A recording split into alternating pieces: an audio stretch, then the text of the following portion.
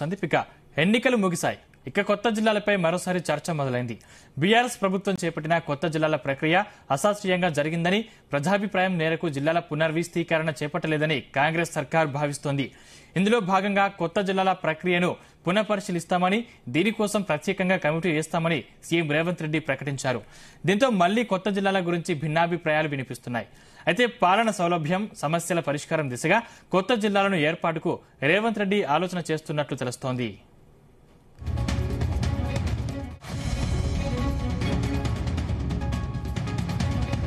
ఇదే అంశానికి సంబంధించిన మరిన్ని పూర్తి డీటెయిల్స్ మా ప్రతినిధి శ్రీచరణ్ అందిస్తారు. శ్రీచరణ్, సందీప్, కొత్త జిల్లాల పైన మళ్లీ ఆసక్తికర చర్చ మొదలైంది. 2016 అక్టోబర్ లో అప్పటి బీఆర్ఎస్ ప్రభుత్వం చేపట్టిన కొత్త జిల్లాల ప్రక్రియ అశాస్త్రీయంగా జరిగిందని, ప్రజాభిప్రాయం మేరకు జిల్లాల పునర్వ్యవస్థీకరణ చేపట్టలేదని కాంగ్రెస్ గవర్నమెంట్ ఇప్పుడు ప్రస్తుతం ఆలోచిస్తుంది. ఇందులో భాగంగా కొత్త జిల్లాల ప్రక్రియను పునఃపరిశీలిస్తామని, దీనికోసం ప్రత్యేకంగా కమిటీ వేస్తామని కూడా గతంలో ముఖ్యమంత్రి రేవంత్ రెడ్డి ప్రకటించిన విషయం తెలిసింది. దీంతో మళ్లీ కొత్త జిల్లాల గురించి కూడా భిన్నాభిప్రాయాలు వినిపిస్తున్నాయి. అయితే గత ప్రభుత్వము మాజీ ముఖ్యమంత్రి కేసీఆర్ చెప్పింది ఏంటంటే, పరిపాలన సౌలభ్యం కోసము జిల్లాల విభజన చేశామని చెప్పిన గత సర్కారు మండలాల సమస్యను మాత్రం గాలికి వదిలేసిందని కూడా ప్రస్తుతం కాంగ్రెస్ ప్రభుత్వం అంటుంది.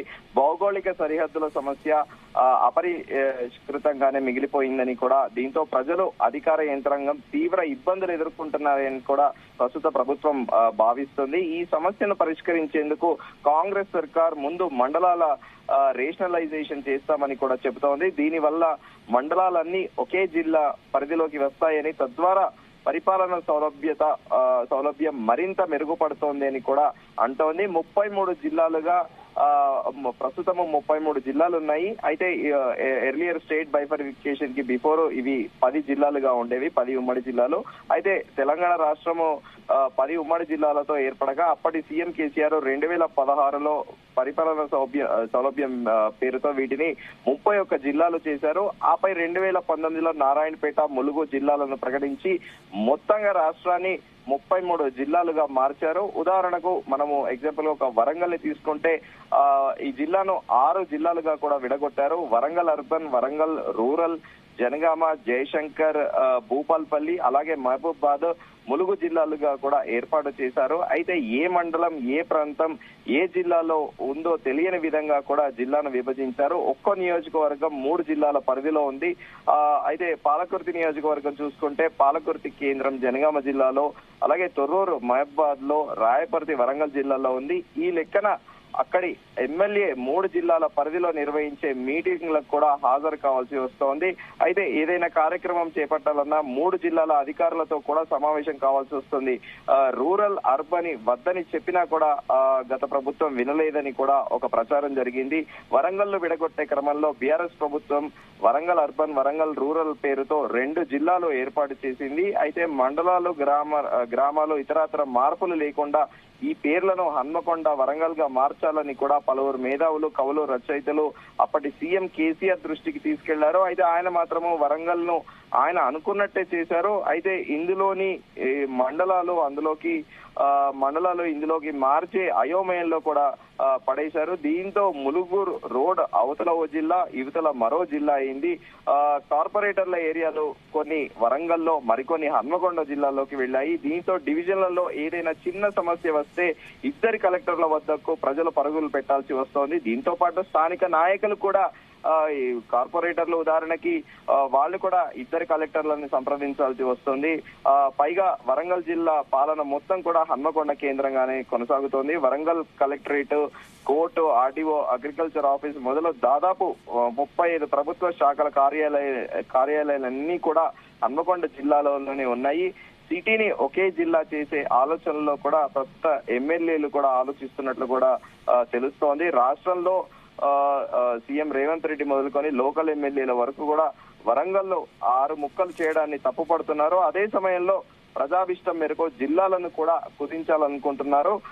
అయితే దీనివల్ల జరిగే లాభం ఏంటంటే పబ్లిక్ కి అప్రోచ్ అనేది కూడా చాలా ఈజీగా ఉండాలనేది కూడా ప్రధానంగా ఒక చర్చ అయితే నడుస్తోంది.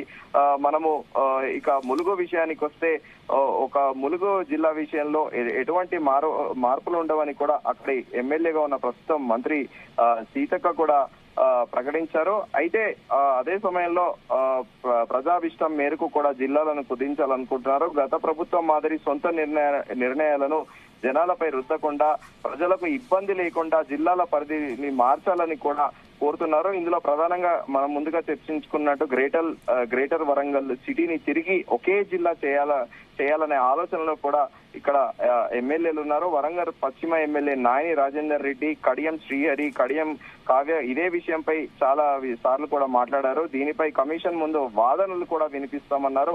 ఇక ముందుగా అనుకున్నట్టు ములుగు జిల్లా విషయంలో ఎలాంటి మార్పులు ఉండవని కూడా మంత్రి సీతక్క ఇప్పటికే ప్రకటించారు. ఉమ్మడి నల్గొండ జిల్లాను నల్గొండ, సూర్యాపేట, యాదాద్రి, భువనగిరి జిల్లాలుగా విభజించారు.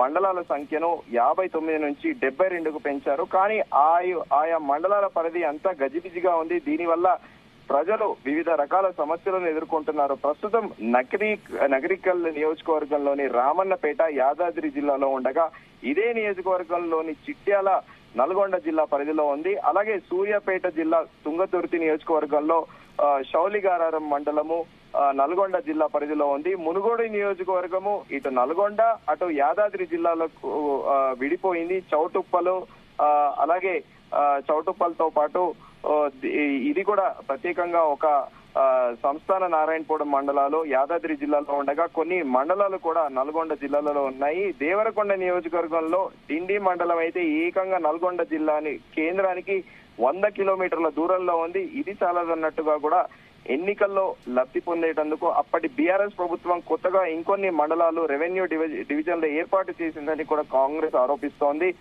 మునుగోడు ఉప ఎన్నికల్లో చెండూరు రెవెన్యూ డివిజన్ ఏర్పాటు చేయగా నకరికల్, దేవరకొండ, మునుగోడు నియోజకవర్గాల్లో కొత్తగా కొన్ని మండలాలు కూడా అప్పటి ప్రభుత్వం ఏర్పాటు చేసింది. అయితే ఈ మండలాల్లో ఇప్పటి వరకు పరిపాలన పరంగా ఎలాంటి సౌకర్యాలు కూడా కల్పించలేదు.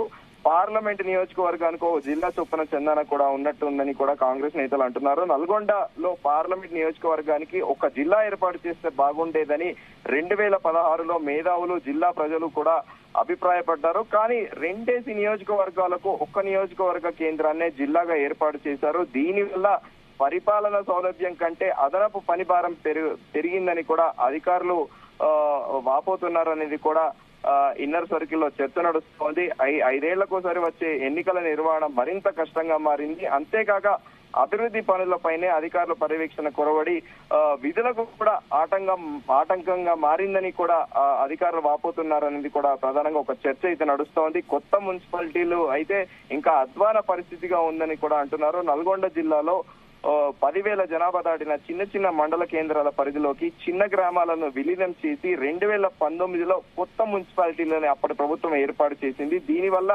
కలిగిన ప్రయోజనం కంటే నష్టమే ఎక్కువ ఉందని కూడా ప్రజలు వాపోతున్నారు. ముఖ్యంగా ఉపాధి హామీ పథకం కూడా రద్దయింది.